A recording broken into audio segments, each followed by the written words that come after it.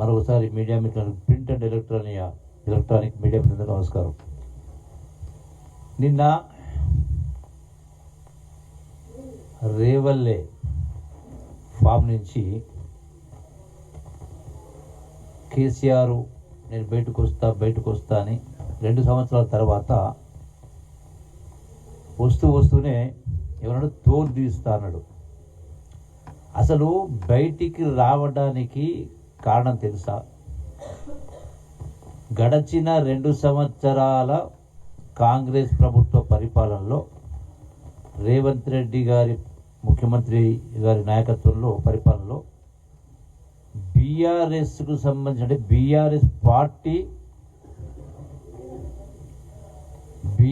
Party మొత్తం కండలన్నీ కరిగిపోయినాయి. BRS party తోలు మాత్రమే మిగిలింది. ఆ ఉన్న తోలు రక్షించుకోవడానికి తోలు తీస్తానని మాట్లాడుతున్నాడు. ఎందుకు?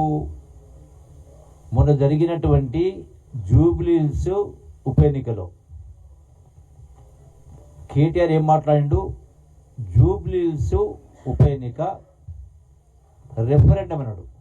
2 సంవత్సరాల కాంగ్రెస్ పరిపాలనకు, రేవంత్ రెడ్డి పరిపాలనకు రెఫరెండం అన్నాడు. అంటే ప్రజలు ఆ ప్రజాభిప్రాయం చెప్పబోతా ఉన్నారు, ప్రజలు తీర్పు చెప్పబోతా ఉన్నారు. సో ప్రజలు తీర్పు చెప్పిండ్రు. అంటే స్పష్టంగా కేటీఆర్ హరీష్ రావు చేస్తున్నటువంటి తప్పుడు ఆరోపణలు చెప్పని ప్రజలు తీర్పిచ్చారు. మళ్ళీ గడిచిన 2-3 రోజుల కింద జరిగినటువంటి స్థానిక సంస్థల సర్పంచ్ ఎన్నికల్లో కూడా బీఆర్ఎస్ పార్టీ, బీజేపీ పార్టీ రెండు కలిసి పోటీ చేసినా కూడా 1/3 సీట్లు కూడా రాలే. అంటే 3/1 కూడా సీట్లు రాలే బీఆర్ఎస్ పార్టీకి.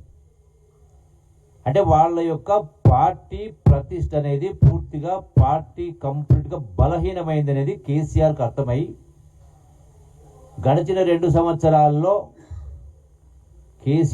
కేటీఆర్ హరీష్ రావు కొడుకు అల్లుడు అందరు కలిసి ఏం చేసినా పార్టీ మొత్తం దిగజారిపోతా ఉంది. పార్టీ ప్రతి దిగజారిపోతా ఉంది. కాపాడుకోవాలి, కనీసం కొద్దిగా ప్రతిష్ట కాపాడుకోవాలని దానిలో భాగంగానే బయటకు వచ్చింది తప్ప పాలమూరు ప్రాజెక్టు కాదు, గాడిగుడ్డు కాదు, ఇంకోటి ఏమీ కాదు.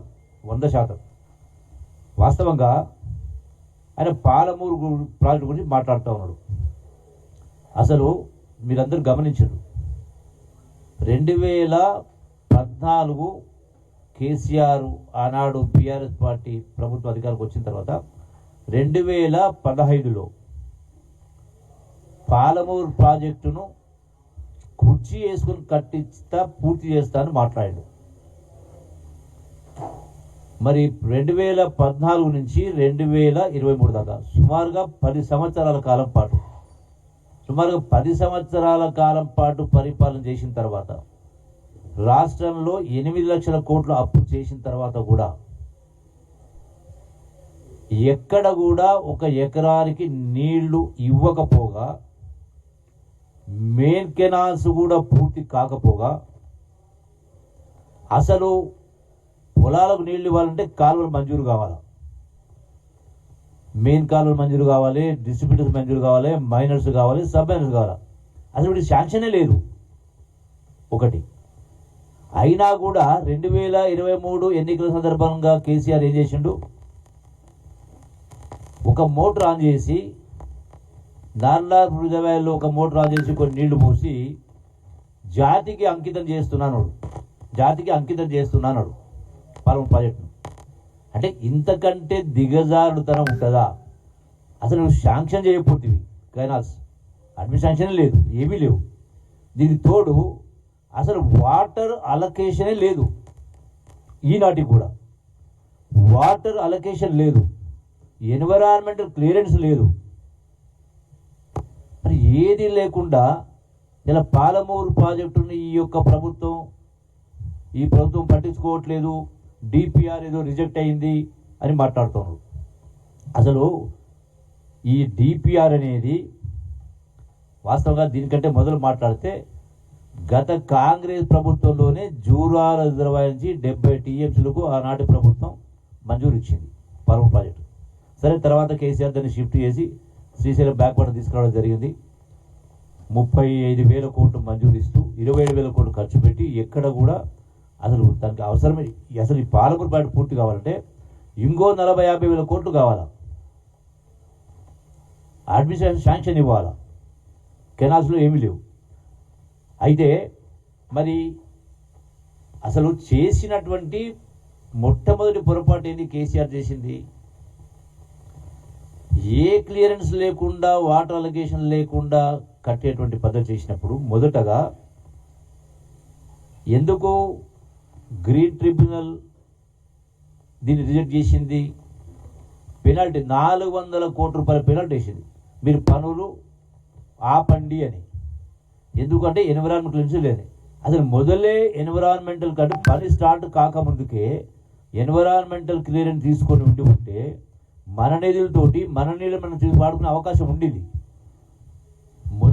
ముందు చేసే పని వెనుక పని చేసే దాన్ని ముందు పెట్టే కార్యక్రమం చేసి, సో ఆ తదనంతరం ఏం జరిగింది? వీళ్ళే సుప్రీంకోర్టుకు కేసీఆర్ ప్రభుత్వమే, హరీష్ రావు మంత్రి ఉన్నప్పుడే, కేసీఆర్ దానికి సంబంధించి ముఖ్యమంత్రి ఉన్నప్పుడే సుప్రీంకోర్టులో మేము ఇరిగేషన్ ప్రాజెక్టు కోసం కాదు, తాగునీటి కోసమే వాడుకుంటామని చెప్పని సుప్రీంకోర్టులో పిటిషన్ ఫైల్ చేశారు. మరి ఇప్పుడు నీవు చెప్పేది ద్వంద్వ వైఖరి కదా. ఒకవైపున పాలమూరు ఇరిగేషన్ ప్రాజెక్ట్ అంటున్నావు, మరి మీరు సుప్రీంకోర్టులో ఆ స్టేట్మెంట్ ఎందుకు ఇచ్చారు? ఎన్విరాన్మెంట్ క్లియరెన్స్ లేకుండా. అంటే ఎన్విరాన్మెంట్ క్లియరెన్స్ లేకుండా అసలు పని ముందుకు పోతుంటే మేము ఇరిగేషన్ కోసం కాదు, ఇది ఓన్లీ డ్రింకింగ్ వాటర్ కోసం చేస్తా ఉన్నాను చెప్పి దానికి ఆపడం జరిగింది. గ్రీన్ ట్రిబ్యునల్ 400 కోట్లు పెనాల్టీ ఇస్తే అప్పుడు సుప్రీంకోర్టు పోతే సుప్రీంకోర్టు ఈ మధ్య కాలంలో 2025లో మీరు తాగునీటి కోసం మీ పనులు మొదలుపెట్టుకోవచ్చని ఆ స్టే ఎత్తేస్తూ క్లియరెన్స్ ఇచ్చింది. ఒక అంశం. రెండవది, రోజున అన్నిటికంటే ప్రథమమైంది, ఇప్పుడు చదివేస్తే ఉన్నమతి పోయినట్టుగా కేసీఆర్ మాటలు స్పష్టంగా కనపడతా ఉన్నాయి. మనకు తెలంగాణ రాష్ట్రం వచ్చిన సందర్భంలో రాష్ట్ర పునర్విభజన చట్టం చేశారు. రాష్ట్ర పునర్విభజన చట్టంలో ఆనాటి ఆంధ్రప్రదేశ్కు, అంటే ఆనాటి కంబైన్ ఆంధ్రప్రదేశ్కు 811 టీఎంసీ వాటర్ అలొకేషన్ ఉంది తెలంగాణ మొత్తానికి సంబంధించి. పునర్విభజన చట్టంలో ఎన్ బ్లాక్ అలాట్మెంట్ చేశారు. అంటే 811 టీఎంసీలు తెలంగాణ ఆంధ్ర కలిపి 811 టీఎంసీలు ఇచ్చారు. అంటే ఇంత స్పష్టంగా పునర్విభజన చట్టంలో ఇచ్చినప్పుడు మనం రాష్ట్ర ప్రభుత్వం ఏం చేయాలి అంటే, నదీ పరివాహక ప్రాంతం ఎంతైతే ఉంటే, అంటే జాతీయ కానీ అంతర్జాతీయ నీటి సూత్రాల పథకాల ప్రకారం పరివాహక ప్రాంతం ఎంత ఉంటే అంత వాటర్ అలొకేషన్ అవ్వాలి. అది సహజ నీటి ఒప్పందాలు ఉన్నాయి హెల్సింకి ఒప్పందం నుంచి. దాన్ని పక్కన పెట్టి సెన్స్లెస్గా మాకు 290 టీమ్స్ మేము వాడుకుంటాం, 511 టీమ్స్ మీరు వాడుకోండి 10 సంవత్సరాలు పాటించింది కదా. అంటే లేని హక్కును మీరు ఆంధ్ర వాళ్లకు కల్పించే కార్యక్రమం చేసిండ్రు. ఆ రోజు నుంచి ఈనాటి వరకు మీరు ఈ 10 సంవత్సరాల కాలం ఇదే మన రైట్ కోసం 69.5% కోసం మనం ఫైట్ చేయకుండా 39కే మీరు ఒప్పందాలు చేసుకున్నారు. నీళ్ళు వాడుకోవడానికి వాళ్ళు హక్కు ఇచ్చింది మీరు. అంటే you have created circumstantial evidence. Andhra వాళ్ళు ఒక సాక్ష్యం కింద మీరు చూపించే కార్యక్రమం చేశారు. దానికి తోడు మీరు అది రెండవది ఇంకో తప్పిదం చేశారు. ఈ ప్రాజెక్ట్ కోసం 45 టీఎంసీలు మైనర్ ఇరిగేషన్ సేవింగ్స్ ద్వారా మేము దీన్ని పాలమూరు వాడుకుంటామన్నాడు. మైనర్ ఇరిగేషన్ తెలంగాణకు సంబంధించిన మైనర్ ఇరిగేషన్లో 45 టీఎంసీలు మాకు మిగులుతున్నవి చూపిస్తే, రేపు ట్రిబ్యునల్ ఆర్డర్లో కానీ కోర్టులలో కానీ మీకు 45 టీమ్స్ అదనంగా ఉంది కదా అని దాన్ని కట్ చేసే అవకాశం లేదా? మనం నష్టపోవా? అందుకే మీరు అసలు ఫస్ట్ ఎన్విరాన్మెంటల్ క్లియరెన్స్ తీసుకొని అసలు మీరు ప్రాజెక్టు ముందుకు తీసుకెళ్లే కార్యక్రమం చేసి ఉంటే మన నిధులతోటి కేంద్ర ప్రభుత్వం నిధులు ఉన్నప్పుడు మనకు అన్ని క్లియరెన్స్ అవసరం. కేంద్ర ప్రభుత్వం నిధులు అవసరం లేనప్పుడు మనకు ఒక అవకాశం ఉండింది. దాని మీద జారబిడ్జే కార్యక్రమం చేసింది.